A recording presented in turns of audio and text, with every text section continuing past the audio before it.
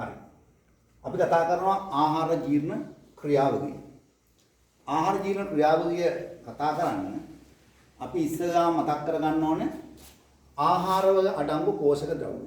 ආහාර ජීර්ණ ක්‍රියාවලිය අපි හඳුන්වන්නේ ආහාරයේ තියෙන සංකීර්ණ සංයෝග නැත්නම් සංකීර්ණ සංඝටක සරල සංඝටක බවට පත් කිරීම. විශේෂයෙන්ම ආහාරයේ තියෙන සංකීර්ණ කාබනික සංයෝග ශරීරයට අවශෝෂණය කර හැකි පරිදි සරල කාබනික සංයෝග බවට පත් කිරීම. අපි අර්ථකථනය දක්වන්නේ ආහාරය අඩංගු සංකීර්ණ කාබනික සංයෝග අවශෝෂණය කළ හැකි පරිදි සරල කාබනික සංයෝග බවට පත් වීමේ ක්‍රියාවලිය. එතකොට ඒ ආහාර ජීර්ණ ලෙස අපි හඳුන්වනවා. මොනවයි සංකීර්ණ කාබනික සංයෝග? අපි මතක් කරගමු. අපි ගන්න ආහාරයේ තියෙන පෝෂක ද්‍රව්‍ය. ජලයේ අත්‍යවශ්‍යමට අපි පෝෂක ද්‍රව්‍ය කියලා හඳුන්වන්නේ. අපේ එතකොට තියෙන පෝෂක ද්‍රව්‍ය වෙන්නේ කාබෝහයිඩ්‍රේට් කියන්නේ පෝෂක ද්‍රව්‍යයක්, ප්‍රෝටීන කියන්නේ පෝෂක ද්‍රව්‍යයක්, ලිපිඩ කියන්නේ පෝෂක ද්‍රව්‍යයක්, විටමින් හා ಖನಿಜ ලවණ කියන්නේ පෝෂක ද්‍රව්‍යයක්. එතකොට අපි ගන්න ආහාරයේ තියෙන ප්‍රධාන පෝෂක ද්‍රව්‍ය ටික ඔය. මේ පෝෂක ද්‍රව්‍ය මෙන්න මේ තුන. නැත්නම් කාබෝහයිඩ්‍රේට්, ප්‍රෝටීන්, ලිපිඩ කියන ප්‍රධාන පෝෂක ද්‍රව්‍ය තුන අපි මීට පෙර 10 වසර පළවෙනි පාඩමේම කතා කරලා තියෙනවා. ජීව අණු ලෙස.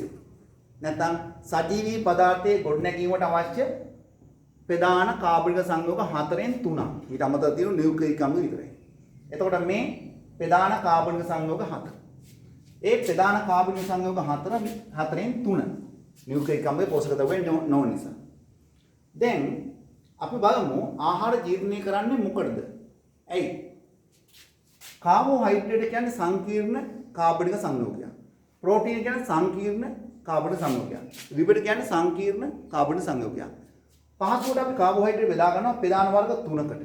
ඒ තමයි මොනොසැකරයිඩ්, ඩයිසැකරයිඩ්, පොලිසැකරයිඩ්. මොනොසැකරයිඩ් උදාහරණ තුනක් අපි ගන්නවා ග්ලූකෝස්, ෆ්‍රුක්ටෝස්, ගැලැක්ටෝස් නැත්නම් ගැලැක්ටෝස්. ඩයිසැකරයිඩ් උදාහරණ තුනක් තියෙනවා මෝල්ටෝස්, සුක්‍රෝස්, ලැක්ටෝස්. පොලිසැකරයිඩ් අපි උදාහරණ තුනක් තියෙනවා පිස්ටේස්, සෙලුලෝස්, ග්ලයිකෝජන්. මම ග්ලයිකෝජන් ලිව්වේ නැහැ. ග්ලයිකෝජන් කියන්නේ සත්ත අක්මාව තුළ තියෙන දෙයක්. අපිට මේකට අවශ්‍ය වෙන්නේ නැහැ. සෙලුලෝස් අපිට ඕන වෙන්නේ නැහැ. හේතුව අපේ ජීර්ණ ක්‍රියාවලිය තුළ ජීර්ණයට එකක් වෙන්නේ නැහැ. හැබැයි අපිට සෙලුලෝස් ඕන ඒ පෝෂක ද්‍රව්‍ය ලෙස නෙමෙයි ජීර්ණ ක්‍රියාවලියට නෙමෙයි ජීර්ණ පද්ධතියේ පැවැත්ම යහපැවැත්ම සඳහා. ඒ කියන්නේ ආහාර ජීර්ණ පද්ධතියේ මනා ක්‍රියාකාරීත්වයට සෙලුලෝස් ඕන. නමුත් අපිට ජීර්ණ ක්‍රියාවලියට මේක වැදගත් වෙන්නේ නැහැ. වැදගත් නොවන නිසා මම ඒක මෙතින් අයින් කරනවා. එතකොට ඔන්න තියෙනවා අපි ගන්න ආහාරයේ ද්‍රව්‍ය මොනවයි? කාබෝහයිඩ්‍රේට් ගත්තොත් මේ ඕන මොස්තරයක් ගන්න පුළුවන්. සංගණනය. විටමින් ಖನಿಜ ලවණ, ප්‍රෝටීන, ලිපිඩ. දැන් මම මේ දෙක පසුව කතා කරනවා. ඉස්සෙල්ම කතා කරා කාබෝහයිඩ්‍රේට් ගැන. කාබෝහයිඩ්‍රේට් මේ මොනොසැකරයිඩ් කියන මේ ග්ලූකෝස්, ෆ්‍රුක්ටෝස්, ගැලැක්ටෝස් කියන ඒවා සරල අවස්ථාවේ තමයි තියෙන්නේ. ඒක ජීර්ණය වෙන්න ඕනේ. ජීර්ණ ක්‍රියාවලියට ලක් වෙන්න උවමනන්නේ.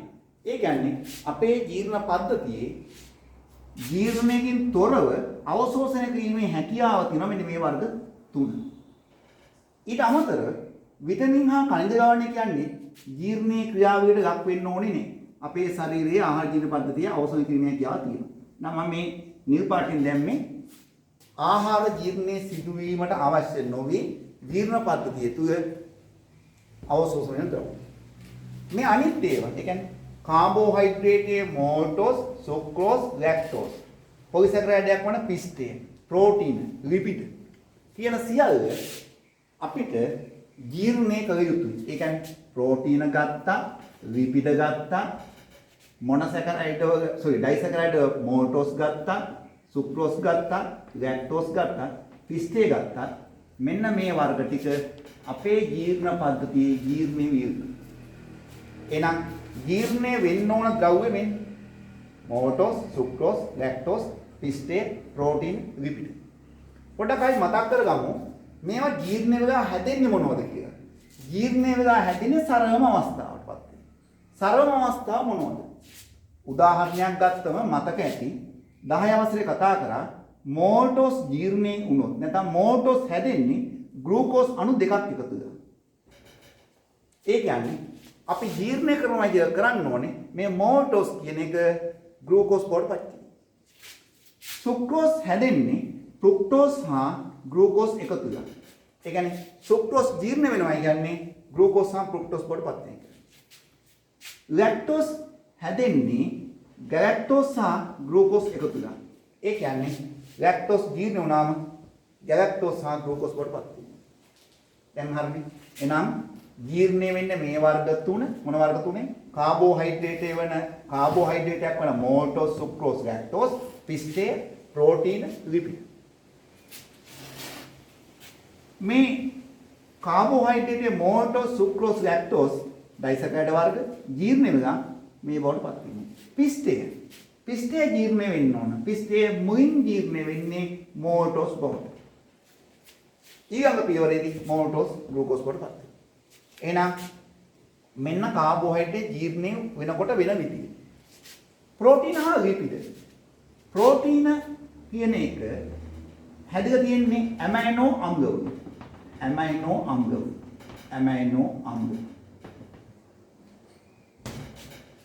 ඒ නිසා ප්‍රෝටීන ජීර්ණය වුණොත් හැදෙන්න ඕන ඇමයිනෝ අම්ල. ලිපිඩ හැදලා තියෙන්නේ මේද අම්ල සහ ග්ලිසරෝල් වලින්. මේද අම්ල ග්ලිසරෝල්. ඒ කියන්නේ ලිපිඩ ජීර්ණ වුණාම හැදෙන්න ඕන අවසානයේ මේද අම්ල සහ ග්ලිසරෝල්. නැවත බලනවා මෙන්න මේ ටික මේ තමයි පෝෂක පදාර්ථ. කෙටියෙන් ගත්තොත් විටමින් කනිජ ලවණ කාබෝහයිඩ්‍රේට් ප්‍රෝටීන ලිපිඩ. විටමින් කනිජ ලවණ කියන්නේ ජීර්ණය අවශ්‍ය වෙන්නේ නැහැ. ශරීරයට අවශ්‍ය කරන්න පුළුවන්. කාබෝහයිඩ්‍රේට් මොන සැකයට ජීර්ණය අවශ්‍ය නැහැ. අවශ්‍ය කරන්න පුළුවන්. කාබෝහයිඩ්‍රේට් ඩයිසැකරයිඩයි පොලිසැකරයිඩ් වන පිස්ටයයි ජීර්ණය වෙන්න ඕන. ඩයිසැකරයිඩ් මෝල්ටෝස් ජීර්ණය වුණාම ග්ලූකෝස් බවටත්, සුක්‍රෝස් ජීර්ණ වුණාම ෆ්‍රුක්ටෝස් හා ග්ලූකෝස් බවටත්, ලැක්ටෝස් ජීර්ණ වුණාම ගැලැක්ටෝස් හා ග්ලූකෝස් බවටත් පත් වෙන්න ඕන. පිස්ටේ ජීර්ණයේ පළමු පියවර මෝල්ටෝස් වෙනවා, ඊළඟ පියවර ග්ලූකෝස් වෙනවා. ප්‍රෝටීන ජීර්ණ වුණාම හැදෙන්න ඕන අවසානයේ සරලම ඵලය ඇමයිනෝ අම්ල. ලිපිඩ ජීර්ණ වුණාම හැදෙන්න ඕන මේද අම්ල සහ ග්ලිසරෝල්. මේ ප්‍රෝටීන එක වර්ග මේ බවටපත් දෙන්නේ මේක අතරමැදි අවස්ථාවක් තියෙනවා. ඒක ජීර්ණ ක්‍රියාවේ පැහැදිලි කරමු. මේ තමයි අපි ආහාර ජීර්ණයේ සිදු වෙන්න ඕන පියවර. දැන් ආහාර ජීර්ණ වෙන්නේ කොහොමද? ආහාර ජීර්ණ වලට හරිය වැදගත් වෙනවා ජීර්ණ ක්‍රියාවේ සිදු කරන රසායනික ද්‍රව්‍යයක් වෙනවා. අපි ඒකට කියනවා එන්සයිම්. ඒ කියන්නේ එන්සයිම් නැතුව ජීර්ණය වෙන්නේ නැහැ. එන්සයිම් නැතුව වෙන්න පුළුවන් දේ තමයි භෞතික ජීර්ණයක් වෙන්න පුළුවන්. රසායනික ජීර්ණයක් වෙන්නේ නැහැ. එන්සයිම් වලින් තමයි මේ ක්‍රියාවලියන් සිද්ධ කරන්නේ. මෝල්ටෝස් ග්ලූකෝස් කරන්නේ, සුක්‍රෝස් ෆ්‍රුක්ටෝස් කරන්නේ, ලැක්ටෝස් ගැලැක්ටෝස් කරන්නේ, පිස්ටේ මෝල්ටෝස් කරන්නේ එන්සයිම්. එන්සයිම් කියන්නේ විශේෂ රසායනික ද්‍රව්‍යයක්. මේක විශේෂත්ව ගණනාවක් තියෙනවා. එකක් තමයි යම් එන්සයිමයක් ක්‍රියාත්මක වන මාධ්‍යයක් තියෙනවා. ඒ කියන්නේ මාධ්‍ය සාරීයද, උදාසීනද නැත්නම් ආම්ලිකද කියන එක. අපිට සාරීය මාධ්‍ය සහ උදාසීන මාධ්‍ය දෙක විතරයි අපේ ආහාර කිනපද්ධතියේ හමු වෙන්නේ. උදාසීන මාධ්‍යයක් හමු වෙන්නේ සාරීය මාධ්‍ය නැත්නම් ආම්ලික මාධ්‍ය. උදාහරණයක් ගත්තොත් අපේ කට සාරීය මාධ්‍යයි, ඊට පහළට ගියම ආමාශය ආම්ලික මාධ්‍යයි. එතකොට ඔය මාධ්‍ය දෙකෙන් එකක් තුල ක්‍රියාත්මක වෙන්න ඕන. යම් එන්සයිමයක් සාරීය මාධ්‍ය ක්‍රියාත්මක වුණොත් එම එන්සයිමය ආම්ලික මාධ්‍ය තුල ක්‍රියාව විරහිත වෙනවා. ඒ වගේම කිසියම් එන්සයිමයක් මෝල්ටෝස් මත ක්‍රියාත්මක වෙනවා නම් එයයි සුක්‍රෝස් මත ක්‍රියාත්මක වෙන්නේ. එන්සයිමේ සුවිශේෂ වෙන්නේ විශේෂ රසායනික ද්‍රව්‍යයක් එක් ආහාරයක් මත එක් එන්සයිමයක් පමණයි. එක් ආහාරයක් මත එක් එන්සයිමයක් පමණයි. ඒ වගේම එක් මාධ්‍යයක් තුල ක්‍රියාත්මක එන්සයිමේ තවත් මාධ්‍යයක් තුල ක්‍රියාත්මක වෙන්නේ. එහෙනම් එන්සයිම නැතුව ජීර්ණ වෙන්නේ. එන්සයිම නැතුව අපිට ජීර්ණයට උපකාරී වෙන පියවරවල් තියෙනවා. උදාහරණයක් අපි ආහාර මුලින්ම ගන්න මුඛය තුලින් මුඛයේදී දත් මගින් ආහාර කැබලි කරනවා. කැබලි කිරීම නිසා ආහාර ජීර්ණයට උපකාරී වෙන නැත්නම් ආහාර භෞතික ජීර්ණයට ලක් වෙනවා. ඊට අමතරව අපේ ශරීරයේ තියෙනවා උදරයේ විශාලම ග්‍රන්ථියක් අක්මාවේ ශ්‍රාවය කරනවා පිත කියලා රසායනික ද්‍රව්‍යයක්. ඒ පිත අක්මාවෙම තියෙන මල්ලක් තුළ නැත්නම් පිත්තාශය තුළ ගබඩා කරනවා. ඒ පිත්ත පෙනාවෙන් අපේ ආහාර ජීර්ණ පද්ධතියට පිත ශ්‍රාවය කරනවා. මේ පිත මගින් අපිට එකක් ඒ ආහාර ජීර්ණ කොටසේ මාධ්‍ය ලබා දෙනවා සාරීය මාධ්‍ය. ඊට අමතරව එයි පොඩි භෞතික ක්‍රියාවලියක් සිදු කරනවා. ඒ තමයි ලිපිඩ මේදාංග සහ විසර බවට පත් කරන්න පෙර ලිපිඩ කුඩා කොටස් වලට කඩනවා. තව දියකොත් ලිපිඩ තෛලෝද කරන්නේ නැත්නම් කුඩා විදිති බවට පත් කරනවා. ඒ වැඩේ කරන්නේ පිත. ඒතකොට අපේ ආහාර ජීවන පද්ධතියේ ජීර්ණ ක්‍රියාව විසඳු ගන්න එන්සයිම් ඊට අමතරව භෞතික ජීර්ණයන් දෙකක් සිදු වෙනවා. ඒ තමයි මුඛය තුල දත් මගින් ආහාර කැබල් කිරීම, ඇඹරීම වගේ ක්‍රියාවලියක්. ඊට අමතරව අක්මායි නිපදන පිත ආහාර ජීර්ණ පද්ධතිය ශ්‍රාවය කළා මාධ්‍ය ලබා දෙන අමතරව ලිපිඩ තෛලෝදකරණය හෙවත් කුඩා කොටස් වල කැඩීම සිද්ධ වෙනවා. ඔය කාරණා ටික තමයි මේ තියෙන්නේ. අපි ඊට පස්සේ කතා කරනවා. හරි. අපි බලමු ජීර්ණ පද්ධතිය. අපේ ජීර්ණ පද්ධතිය පටන් ගන්න මුඛේ. මෙතන නාස් විවරේ මේ තමයි මුඛ විවරේ නැත්නම් මුඛය. මෙතන තමයි අපි පටන් ගන්න අපේ ආහාර ජීර්ණ ක්‍රියාවලිය. විශේෂයෙන් ජීර්ණ ක්‍රියාවලිය පටන් ගන්නවා මුඛය තුළදී. මුඛය තුළදී ආහාරය කේටය සමග කලවම් වෙනවා. ඒ වගේ දත් මගින් ආහාර කැබල් කරනවා. ඒකෙන් භෞතික ජීර්ණයක් සිද්ධ වෙනවා. අපිට තියෙනවා කේට ගන්ති 3ක්. මේ කේට ගන්ති 3 නිකුත් කරන කේටයේ තියෙන ශ්‍රාවයේ තියෙන්නේ සාරීය ගුණයක්. නැත්නම් බාස්මික ගුණයක්. ඒතකොට කේටය සාරීය ගුණයක් තියෙනවා. ඒ වගේ කේටයේ තියෙනවා එන්සයිම් එකක්. ඒ තමයි ඇමයිලේස්. අපිට මතකයි මීට පෙරත් ওই 10 වසරේ අපි කතා කරනවා ඇමයිලේස් වලට හැකියාවක් තියෙනවා පිස්ටය මෝටොස් කරන්න. ඒ කියන්නේ අපි මතක ඇති පැලවෙන බීජවලදී පැලවෙන මුං බීජ අරන් පරීක්ෂණයක් කරා.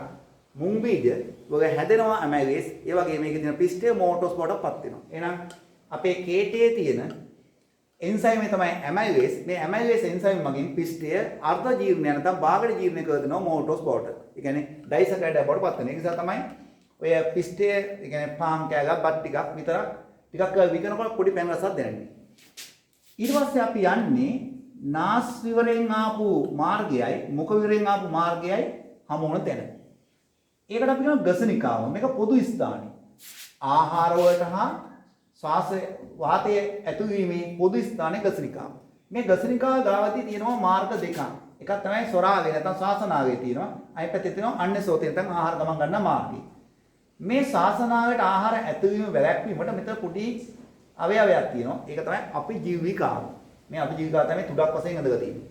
අපි ජීවිකාව මගින් කරන්නේ ආහාර මේ ප්ලාස්ටික් බටයක් වගේ තියෙන ශාසනාවයට ඇතුළවීම වළක්වනවා. රබර් බටයක් වගේ තියෙන අන්නසෝතේට ඇතුළු වෙන්න ඉඩ අරිනවා. මේයි වැහුවට පස්සේ අපි මෙතනින් ඇති කරන තෙරපුම මගින් අන්නසෝතේට ආහාර ඇතුළු වෙනවා. කියන්නේ මෙතන ඉස්සරහින් තියෙන ශාසනාවේ ප්ලාස්ටික් බටයක් වගේ මේක රබර් බටයක් වගේ ඇකිලිලා තියෙන්නේ. මෙහෙන් ආහාර තල්ලු කරනවා. තල්ලු කරාම මෙන්න මේ අන්නසෝතේ පමණක් නෙමෙයි ආහාර ජීර්ණපතේ දිගටම මේ පේශිවල තියෙනවා සංකෝචනය හා ඉහිලවීම මගින් එක්තරා රටාවක කම්පනයක් ඇති වෙනවා. ඒකට අපි කියනවා ක්‍රමාකුංචනය. ඒ නිසා මෙතින් තල්ලු කර දෙන ආහාරය මේ බට දිගේ දිගට ගමන් කරනවා ක්‍රමාකුංචනය මගින්. ක්‍රමාකුංචනය කියන්නේ ආහාර ආජීන පද්ධතිය තුළ ගමන් ගන්නා ක්‍රියාවලිය.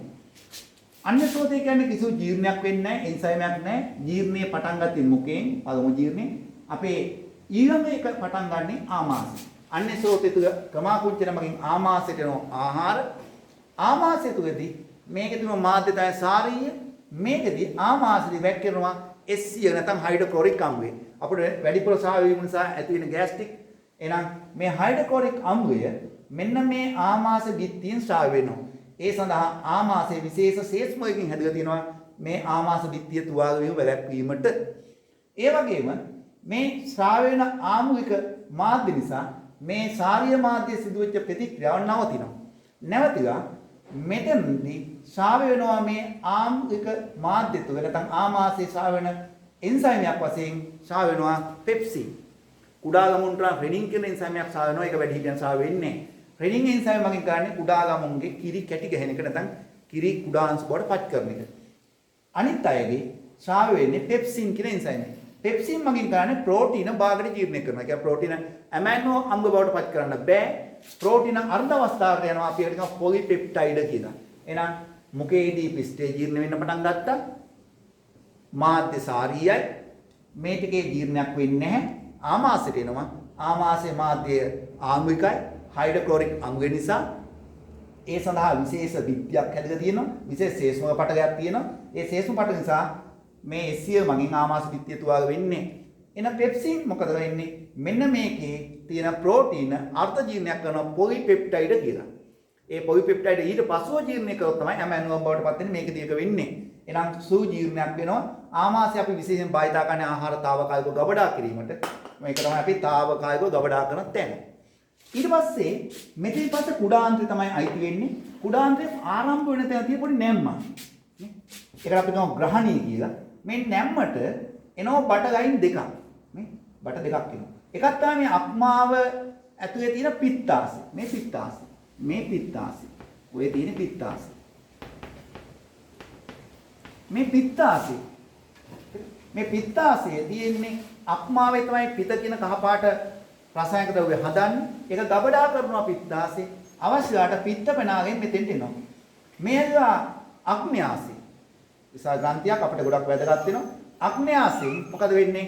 අග්න්‍යාසය ඇවිල්ලා අග්න්‍යාසයේ ශ්‍රාවය කරන එන්සයිම තියෙනවා. ඒ එන්සයිම මගින් මෙන්න මේකට ඒ එන්සයිම ශ්‍රාවය කරනවා. එහෙනම් පිත්ත කියන පිත්ත පෙනාලයයි අග්න්‍යාසයෙන් එන්සයිම වෙන අග්න්‍යාස පෙනාලයයි දෙකම එකතු වෙලා මෙන්න මේ ග්‍රහණයට එන්සයිම අරන් එනවා. එන්සයිම සහ පිත්ත අරන් එනවා. දැන් එතකොට මේ කුඩාන්තය පුරාම ක්‍රියාත්මක වෙන්නේ පිත. ආමාශයෙන් ආපු ආමික මාධ්‍යයේ ක්‍රියා විරහිත වෙලා පිත මේකට ලබා දෙන සාරීය මාධ්‍යයක් කුඩාන්තය තුල. කුඩාන්තය තව සුද්ධාන්තය කියන එක අපේ ජීර්ණ ක්‍රියාවලියේ ප්‍රධාන ජීර්ණ ක්‍රියාවලිය. ඒ වගේම ප්‍රධාන අවශෝෂණ ක්‍රියාවලිය. ආමාශය වගේ තැනකට ජීර්ණ වෙලා තියෙන ගොඩක් පොඩි ප්‍රමාණයක්. ඒක අවශෝෂණයක් වෙන්න පුළුවන් වෙන්නේ අර ජීර්ණ නොවි තියෙන දෙයක් හෝ ඔය වසවිස වගේ දේවල්, ග්ලූකෝස් වගේ දේවල් විතරයි. අනිත් ඒවා ජීර්ණයේ පටන් ගන්නෙත් මේක තුල අවශෝෂ වෙන්නේ මේක තුල. ඒ සඳහා මේක මීටර 7ක් පමණ දිග වෙනවා. මේක රැලි සහිතයි, නැමි සහිතයි. ආහාර හිමින් ගමන් කිරීමට පොළඹවීමේ ක්‍රියාවලියක් තියෙනවා. දැන් මෙතන එන පිත කාර්යයන් දෙකක් කරනවා. එකක් තමයි මේකට මාධ්‍ය ලබා දෙන්නේ. ඊළඟ එක තමයි මේකේ ලිපිඩ කුඩා කොටස් වල කඩන නැත්නම් තෛලෝද කරන්නේ. අග්න්‍යාසයෙන් ගෙන දෙනවා අග්න්‍යාස යුස. කුඩාන්තයේ ඇතුළු පිටියේ දිගටම සාවය කරනවා ආන්තරික යුස. ඒ කියන්නේ කුඩාන්තයේ ජීර්ණ ක්‍රියාවලිය සිද්ධ කරන ප්‍රධාන වර්ග දෙකක් තියෙනවා. එකක් තමයි අග්න්‍යාසයෙන් එන අග්න්‍යාසික යුස. මේ දෙකම තනි බටයකින් තමයි විවෘත වෙන්නේ අග්න්‍යාස යුස. අනිත තමයි කුඩාන්තයේ ඇතුළු පිටියේ දිගටම සාවය වෙන ආන්තරික යුස. ඔය දෙකෙන් නිකුත් කරන එන්සයිම් මගින් මේක තුල විශාල ජීර්ණ ක්‍රියාවලියක් සිද්ධ වෙනවා. මම ඒක පොඩ්ඩක් පස්සුව කතා කරනවා. දැන් මෙන්න මේ කුඩාන්තයේ ඇතුළු වෙන්නේ මහාන්තයේ ගාවට. මේක තමයි මහාන්තය. මේක විශාල කොට. මේක මීටර 1.5ක් විතර දිග එකක්. ගොඩක් මහත බටයක්. මෙතෙන්ට එනකොට ජීර්ණය අවසానයි. මෙන්න මෙතන තියෙනවා මහාන්තය කුඩාන්තයේ සම්බන්ධය කුඩා මල්ල. මේකට කියනවා උණ්ඩුක පුච්චේ. මේකේ කාර්යයක් වර්තමානයේ කොට අපේ සිද්ධ වෙන්නේ නැහැ. එතකොට මේ උණ්ඩුක පුච්චේ අපිට වර්තමානයේ කරදරයක් බවට පත් වෙනවා. මොනකද මේක තුල ආහාරකින් හිර වෙලා කල්ගත වුණොත්, ඒ කියන්නේ නැවත පැමිණියේ නැතුව හිර වුණොත් එහෙම මේක ඉදිමිලා අපිට ඇපෙන්ඩිසයිස් කියන නැත්නම් උණ්ඩුක පුච්චේ පෙදාහේ හැදෙනවා. ඉදිමීම හැදෙනවා. ඒක ඉතින් මේක කපලා අයින් කරන්න ප්‍රශ්නයක් නැහැ.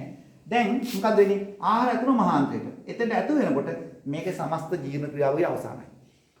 මහාන්තය තුල සිද්ධ වෙන්නේ වැඩිපුර තියෙන ජලයේ තියෙන නම් ඒක අවශෝෂණය කරගන්න එක. ඊට පස්සේ අපද්‍රව ටික මහාන්තය තුල ගමන් කරලා ගුද මාර්ගයෙන් ගුදෙන් අවසන් වෙනවා. එහෙනම් මේ තමයි ආහාර ජීර්ණ පද්ධතිය. මම ආපහු ඕක මේකත් එක්ක සම්බන්ධ කරලා කතා කරනවා. මෙන්න ජීර්ණයේ සිදුවන ස්ථාන තුනයි.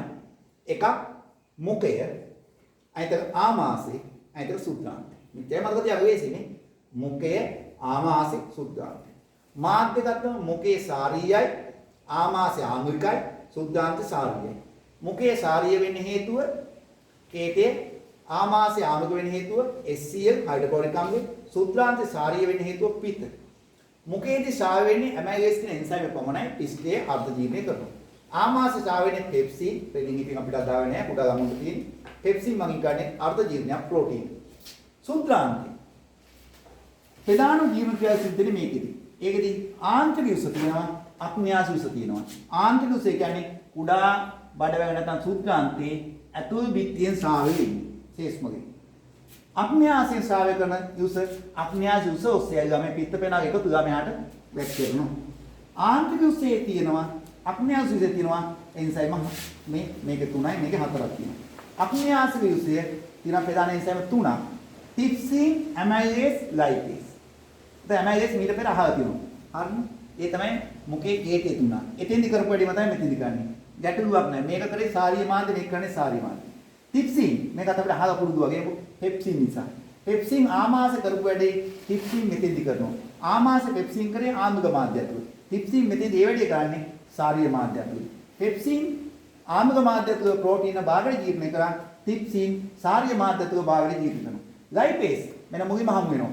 ලයිපේස් කරන්නේ අන්න ලිපිඩ සම්පූර්ණ ජීර්ණය කරලා මේද අංග සහ කිසලෝ බවට පත් කරනවා. එහෙනම් ලයිපේස් අර පිට මගින් තයෝදකරණය කරපු පිට ලයිපේස් මගින් මොකද කරන්නේ? සම්පූර්ණ ජීර්ණය කර දෙනවා. මේ එන්සයිම් හතරක් මතක තියාගන්න ලේසි. මේ කට්ටිය තමයි අපි අර කිව්වේ ඩයිසකරයිඩ් ටිකක් තියෙන සුක්‍රෝස්, ලැක්ටෝස්, මෝල්ටෝස් කියන අන්නේ තුන් දෙනා ග්ලූකෝස් බවට පත් කරන ක්‍රියාවලිය.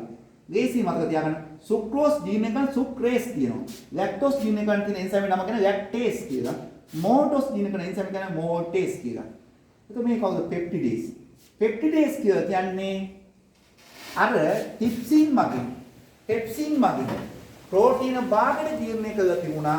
අන්නේ භාගයට ජීර්ණය කරපු ප්‍රෝටීන ඒ කියන්නේ පොලිපෙප්ටයිඩ් බවට පත් වෙලා තියෙන්නේ. ඒ පොලිපෙප්ටයිඩ් මත පෙප්ටිඩේස් ක්‍රියාත්මක වෙලා ඇමයිනෝ අම්ල බවට පත් වෙනවා. ඒ කියන්නේ ජීර්ණ ක්‍රියාවලිය ඉතින් පැහැදිලිව අවසానයි. හරි. අපව ජීර්ණ ක්‍රියාවලිය කුඩාන්ත්‍රයේ තුලදී මෙන්ම අනිත් තැන් වල ඒ කියන්නේ මුඛය, ආමාශය, කුඩාන්ත්‍රය තුල සිදුවන ආකාරය. කොහොම ජීර්ණුණා ජීර්ණ වෙන්න තිබුණේ මතක් කරගන්න. ප්‍රෝටීන තිබුණා, ලිපිඩ තිබුණා. කාබෝහයිඩ්‍රේට් වල තිබුණා ඩයිසකරයිඩ් වර්ග තුනක් තිබුණා. Sucrose, lactose, මෝල්ටෝස්. Sucrose, lactose, මෝල්ටෝස්.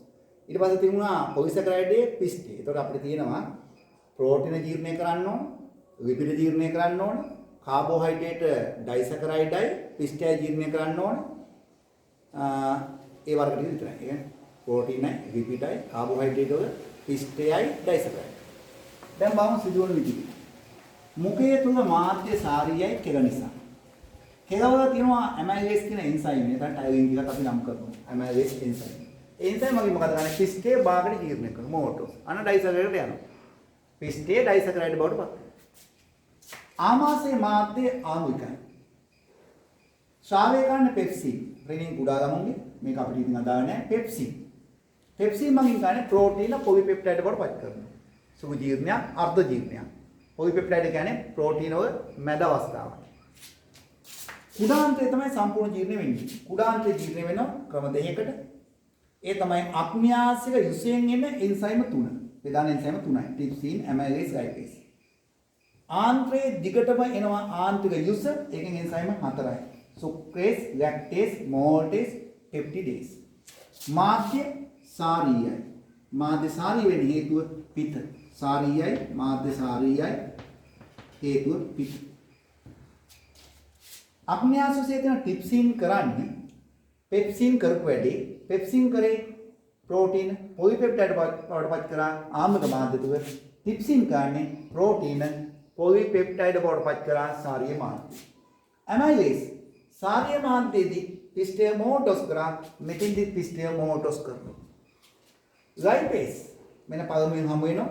ලයිපේස් ගන්නේ ලිපිඩ සම්පූර්ණ ජීර්ණය කරනවා. ලිපිඩ ජීර්ණය උදව් කරනවා පිට තයෝදකරණය. ආන්තරික යුස. ආන්තරික යුස තියෙන්නේ ඩයිසකරයිඩ් ටික ජීර්ණයට සහ භාගයට ජීර්ණලා තියෙන පොලිපෙප්ටයිඩ් ජීර්ණය කරන්නේ. මෙන්න ආන්තරික යුසයේ තියෙන සුක්‍රේස්, ලැක්ටේස්, මෝල්ටේස්. අපි ගමු මෝල්ටේස් මගින් කරනවා මෝල්ටෝස්, ග්ලූකෝස් බවට පත් කිරීම. සුක්‍රේස් මගින් කරනවා සුක්‍රෝස්, එන්සයිමය සුක්‍රේස්, ආහාරයේ සුක්‍රෝස්. සුක්‍රෝස් මත සුක්‍රේස් ක්‍රියාත්මක ගා හැදෙනවා ග්ලූකෝස් ධන ෆ්‍රුක්ටෝස්. අර ඩයිසකරයිඩ් ජල විච්ඡේදයෙන් හැදෙන දේ තමයි හැදෙන්නේ. ලැක්ටෝස් මත ලැක්ටේස් ක්‍රියාත්මක හැදෙනවා ග්ලූකෝස් ධන ගැලැක්ටෝස්. ග්ලූකෝස් ධන ගැලැක්ටෝස්. දැන් පොලිපෙප්ටයිඩ් මත ක්‍රියාත්මක කරනවා අර අන්තිම එන්සයිම් මේ පෙප්ටිඩේස්. භාගයට ජීර්ණලා තුනවා පොලිපෙප්ටයිඩ් ආමාශයේදී සහ කුඩාන්තයේ. ආමාශයේදී ප්‍රෝටීන පෙප්සින් මගින් පොලිපෙප්ටයිඩ් හදලා තිබුණා. කුඩාන්තයේදී ප්‍රෝටීන මත ටිප්සින් ක්‍රියාත්මක කරලා පොලිපෙප්ටයිඩ් හදලා තිබුණා. අන්න පොලිපෙප්ටයිඩ් මත ක්‍රියාත්මක කරනවා පෙප්ටිඩේස්. ඒතකොට හැදෙනවා ඇමයිනෝ අම්ල. දැන් මතක් කරගත්තොත් ආපහු අපි ගත්තොත් ප්‍රෝටීන මුකේ වෙන්නේ මොකද්ද? මුකේ තෝ මුකුත් වෙන්නේ නැහැ. ආමාශය මොකෝ වෙන්නේ ප්‍රෝටීන භාගයට ජීර්ණය වෙනවා. ප්‍රෝටීන භාගයට ජීර්ණය. ඒ කියන්නේ පොලිපෙප්ටයිඩ් වලට පත් වෙනවා. කරන්නේ පෙප්සින්. ප්‍රෝටීන යනවා කුඩාන්තයට. කුඩාන්තේ දෙනවා අග්න්‍යාසයසේ ටිප්සින්. ටිප්සින් මගින් මොකද කරන්නේ? ප්‍රෝටීන ආයි අර්ධ ජීර්ණය කරනවා සාරීය මාධ්‍ය තුකදී පොලිපෙප්ටයිඩ්. ආන්ත්‍රික උසේ තියෙනවා පෙප්ටිඩේස්. එයයි මොකද කරන්නේ? අර පොලිපෙප්ටයිඩ් ඇමයිනෝ අංග බවට පත් කරනවා. ඔන්න ප්‍රෝටීන ජීර්ණය. අපි ගමු ලිපිඩ. මොකේ තුල ජීර්ණයක් වෙන්නේ? ආමාශය තුල ජීර්ණයක් වෙන්නේ නැහැ. එනවා කුඩාන්තයට. කුඩාන්තයේ තියෙනවා අග්න්‍යාසය ගයිපේස්. කෙලින්ම මේ දම්බසා විසර බවට පත් වෙනවා. ඒක අවසන්. කාබෝහයිඩ්‍රේට් තමයි සංකීර්ණ. කාබෝහයිඩ්‍රේට් වල සරම අවස්ථාව ජීර්ණකින් තොරව අවසන් කරන්න පුළුවන්. ජීර්ණකින් තොරව අවසන් කරන්න පුළුවන් මොනොසැකරයිඩ්. කොහොමත් අපි පෝෂක පදාර්ථ වල විටමින් කණිජ වලත් පුළුවන්. බැරි කාබෝහයිඩ්‍රේටේ ඩයිසැකරයිඩයි පොලිසැකරයිඩයි සහ ප්‍රෝටීන ලිපිඩ. කාබෝහයිඩ්‍රේට ගත්තනම් ආහාර වලට මුඛය තුලදී මුලින්ම ජීර්ණයක් වෙනවා පිස්ටය මෝල්ටොස් නැත්නම් අර්ධ සීනි බවට පත් කරනවා. ආමාශය ජීර්ණයක් වෙන්නේ ආයි කුඩාන්තයට ආවම ආයි පිස්ටය තියෙනවා නම් ඇමයිලේස් මගින් අග්න්‍යාසයේ තියෙන ඇමයිලේස් මගින් පිස්ටය ආයි මෝල්ටොස් බවට පත් කරනවා. අපි පිස්ටය වැඩිපුර ගන්නව කොහොමද ආහාරය? එතකොට පිස්ටය මුඛය තුල ජීර්ණයක් වෙනවා. කුඩාන්තය තුලදී අග්න්‍යාසයේ එන ඇමයිලේස් මගින් ජීර්ණයක් වෙනවා. එකම එන්සයිම් එකම මාධ්‍ය.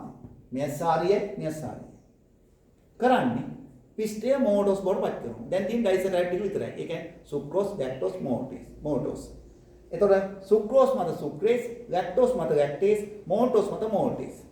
ඉතින් ජල විච්ඡේදය වගේ මෝල්ටෝස් නම් ග්ලූකෝස් තන ග්ලූකෝස්, සුක්‍රෝස් නම් ග්ලූකෝස් තන ෆ්‍රුක්ටෝස්, ලැක්ටෝස් නම් ග්ලූකෝස් තන ගැලැක්ටෝස්. ඔතේ ජීර්ණ ක්‍රියාවලිය අවසන් වෙනවා. අපි ඊළඟ කතා කරනවා ආහාර ජීර්ණ ක්‍රියාවලිය වැඩිපුරම සිදුවන්නේ කුඩාන්තේ, සුද්ධාන්තේ. ඒ සුද්ධාන්තයේ තුලින් ආහාර ජීර්ණ ක්‍රියාවලිය වැඩිපුර සිද්ධ වීම සඳහා සැකසුම් ගත්තා. කුඩාන්තයේ මීටර 7ක් විතර දිගයි. දිගේ කියන්නේ ආහාර ගමන් කරන ගතවන කාලය. ක්‍රමානුකූලව තුන් යන කාලයක් ගත වෙනවා. කාලය ගත වෙන නිසා අවශෝෂණේ ජීර්ණය කියන ක්‍රියාවලිය දෙකම සිද්ධ වෙන්න කාලය තියෙනවා. ඒ වගේ එක නැමි සහිතයි, වංගු සහිතයි. ඒත් හිමින් ගමන් කරනවා. රවි සහිතයි. ඒතර ආහාර එක දිගේ බටයක් දිගේ ගමන් කරන්නේ නැහැ. බටේ දුව කඳු ඔහොම නැගලා බෑලා තමයි යන්න තියෙන්නේ. මම මේ කුඩාන්තයේ මේ දිගට ගත්තා. මේ දිගට ගත්තා. ඒක අපි හරස් කඩක් මේ යන්නේ. හරස් කඩක් ගත්තම මේ පේන විදිහේ කුඩා ඇඟිලි වගේ නෙරුම් තියෙනවා. මේකට කියනවා අංගුලිකා. මේ තියෙන අංගුලිකා. මේ අංගුලිකා පිට ස්තරේ ආපහු චූටි සුද්ධ අංගුලිකා තියෙනවා. මම මේ අංගුලිකාව දික්කඩක් කියන්නේ. අංගුලිකාවේ දික්කඩේ මේ පිටින්ම තියෙන අර සුද්ධ අංගුලිකා සහිත අපිච්චති.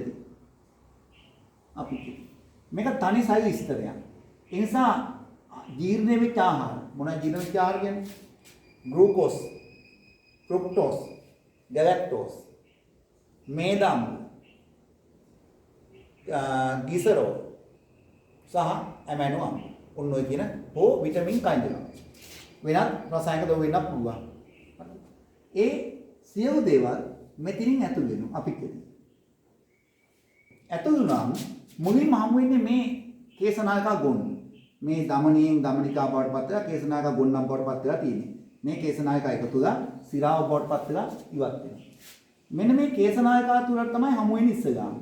කේසනායකා හමු වෙනකොට මෙහෙන් ඇතුල් වෙච්ච ආහාර අංශු මේ කේසනායකා කියන්නේ ඊටා සිහින් සිදු සහිත නාග පද්ධතියක්. අන්න ඒක තුළට ජීර්ණ වෙච්ච ආහාර අවශෝෂණය වෙනවා. ජීර්ණ වෙච්ච ආහාරයෙන් අවශෝෂණය වෙනවා ග්ලූකෝස්, ෆ්‍රුක්ටෝස්, ගැලැක්ටෝස්, මේද අම්ල. ඇමයිනෝ අම්ල. කියන ඒවා ඇතුල් වෙනවා. ඇතුල් වෙන්නේ නැති එක දෙයක් වෙනවා. ඒ තමයි ලිපිඩ ජීර්ණයෙන් හැදෙන මේ ධම්මසා ගිසරෝ. හේතුව ඒ අංශු ටික ලොකුයි. අංශු විශාල නිසා කේසනායකාතුවට ඇතුල් වෙන්නේ නැහැ ලිපිඩ ජීර්ණ ඵල. කේසනායකාතුවට ඇතුල් වෙන අනිකුත් ජීර්ණ ඵල. සහ විටමින් කයින්. තා වෙනත් රසායනික ද්‍රව්‍ය. ඇතුල් වෙන්නේ නැහැ ලිපිඩ ජීර්ණ ඵල. ඒවා කේසනායකා පසු කළ ගමන් කරන මැදට. මැද තියෙන විශේෂ බටයක්. මේකට තමයි පයෝගස නාලිකා. මේ ඇවිල්ලා අපේ ශරීරයේ තියෙන නාග පද්ධතියක් තියෙනවා රුධිර නාග පද්ධතියට අමතරව වසා නාග පද්ධතිය කියලා. ඒ වසා නාග පද්ධතියේ සාකාවක් තමයි මේ පයෝගස නාගාව කියන්නේ. මේක සිදු විසාරයි. අර ජීර්ණේ වෙලා තියෙන ලිපිඩ අංශු අන්න ඇති වෙනවා පයෝගස නාගාවට. ඒක වසා පද්ධතිය ඔස්සේ ගමන් කරලා පස්සේ රුධිර නාගවලට එකතු වෙනවා. එහෙනම් මෙන්න අංගුලිකාවේ ක්‍රියාවලිය මෙන්න මේ අංගුලිකාවේ ක්‍රියාවලිය බොහෝ වැදගත් වෙනවා පුෂ්ඨ වර්ගඵලය වැඩි කරගෙන තියෙනවා. ආහාර වේගින් ගමන් කිරීම අඩු කරලා තියෙනවා නේ. ගමන් හිමින් ගමන් කරන වෙනවා. මෙන්න මේ ක්‍රියාවලියන් තුළ විශාල ජීර්ණයක් වගේම විශාල අවශෝෂණයක් සිදු වෙනවා කුඩා අන්ත්‍රය තුළ. එතකොට කොච්චරයි අපිට කුඩා අන්ත්‍රය තුළ ජීර්ණ ක්‍රියාවලිය කතා කරන්න තියෙන්නේ.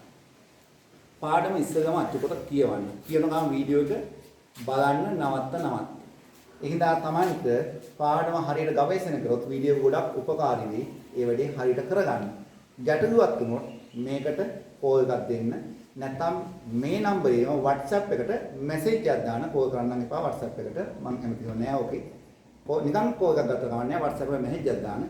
ඊට අමතරව වීඩියෝ එක subscribe කරන්න. right thank you.